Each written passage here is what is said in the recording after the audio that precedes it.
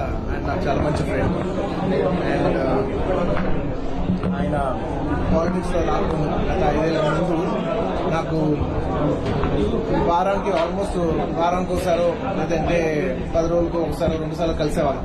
కానీ గత 5 ఏళ్ళుగా ఆయన ఆల్మోస్ట్ నాకు 6 నెలలకు ఒకసారి కలుస్తాను. అక్కడే తెలిసింది నాకు ఆయన ఎంత కష్టపడతాను. నిజంగా ఆయన కష్టపడుతున్న మనిషి కోసం వచ్చి కూర్చోవాలని నేను నాకు లోపల నుంచి అనిపించి నేను ఇవాళ వచ్చాను. అండ్ ఆయన లాస్ట్ టైం అందరికి తెలిసిందే, క్లోజ్ గా ఫాలో తెలుసు. లాస్ట్ టైం ఆయన ఫస్ట్ టైం పాలిటిక్స్ లో వచ్చినప్పుడు ట్వీట్ పెట్టాను.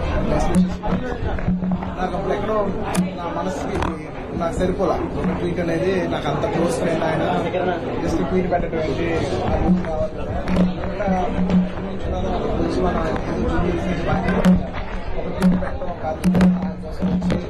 ఇంటికి వచ్చి ఆయన సపోర్ట్ చేయాలి కదా నాకు అప్పుడే అనిపించింది. నేను మా వైఫ్ మా బెస్ట్ విషెస్ చెప్పడానికి రవి గారి కోసం వచ్చాను.